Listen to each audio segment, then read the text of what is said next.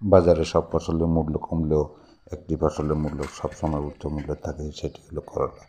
করলাতে রয়েছে প্রচুর পরিমাণে ভিটামিন এ, সি এবং অন্যান্য পুষ্টিগুণ উপাদান। তাই মুখরোচক খাবার হিসেবে করলা বেশ জনপ্রিয়তা রয়েছে। করলা সাধারণত বাজি করে খাওয়া থাকে। সবাইকে সালাম এবং শুভেচ্ছা জানাচ্ছি কৃষি এর পক্ষ থেকে। আমরা আজকে দেখাচ্ছি কম খরচে কীভাবে করলা চাষ করা যায় তার একটি পদ্ধতি। এইভাবে আপনি চাইলে উঁচু ব্যাট তৈরি করে এবং দুই তিন মিটার 2-3 সেন্টিমিটার খালি জায়গা রেখে তারপর পুনরায় আরেকটি ব্যাট তৈরি করে এইভাবে মালচিং পেপার দিয়ে ডেকে দিয়ে তার ভিতরে 2টি করে চারা লাগাবেন। এভাবে মাথা তৈরি করে আপনি যদি চারা লাগান এবং খুব অল্প বাঁশের কঞ্চি দিয়ে একটু উঁচু করে তার উপরে নেট, এখন বর্তমানে বাজারে প্লাস্টিকের নেট পাওয়া যায়, যেখানে বাঁশের নেট তৈরি করলে যা মাথা তৈরি করলে অনেক টাকা খরচ হয়, সেখানে নেট দিয়ে খুব অল্প খরচে আপনি মাছা তৈরি করতে পারেন। এভাবে মাছা তৈরি করে আপনি করলা চাষ করতে পারেন। অত্যন্ত লাভজনক এই ফসলটি আবাদ করে সারা বছরে এর উচ্চ মূল্য থাকায় আপনার অর্থনৈতিকভাবে লাভবান হওয়ার সম্ভাবনা রয়েছে। এছাড়াও আপনার ছাদ বাগানে অথবা বাড়িতে 2টি করলা গাছ লাগিয়ে আপনার পারিবারিক পুষ্টি চাহিদা অর্থাৎ করলার চাহিদা পূরণ করতে পারেন।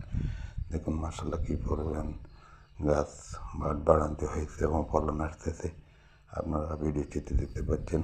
এবং করলার সবচেয়ে ক্ষতিকারক একটি জিনিস হলো, সেটি হলো ফল ছিদ্রকারী পোকা। এই ফল ছিদ্রকারী পোকার আক্রমণ থেকে রক্ষা করতে পারলে মোটামুটি খুব ভালো ফলনের আশা করা যায় এবং লাভবান হওয়ার সম্ভাবনা থাকে। তাই আপনি চাইলে এই পোকা দমনের জন্য ফেরোমন ফাঁদ আমরা ভিডিওটিতে আপনাদেরকে দেখাচ্ছি, যে বয়ামের ভিতরে যে একটি তাবিজের মতো একটি ফেরোমন ফাঁদ আটকিয়ে সেখানে যদি সাবান পানি মিশ্রিত পানি ব্যবহার করতে পারেন, সেখানে পোকা গিয়ে আকৃষ্ট হয়ে সেখানে মারা যাবে। এবং এভাবে জৈবিক দমনের মাধ্যমে আপনি পোকা দমন করতে পারেন। রাসায়নিক দমনের চেয়ে জৈবিক দমন খুবই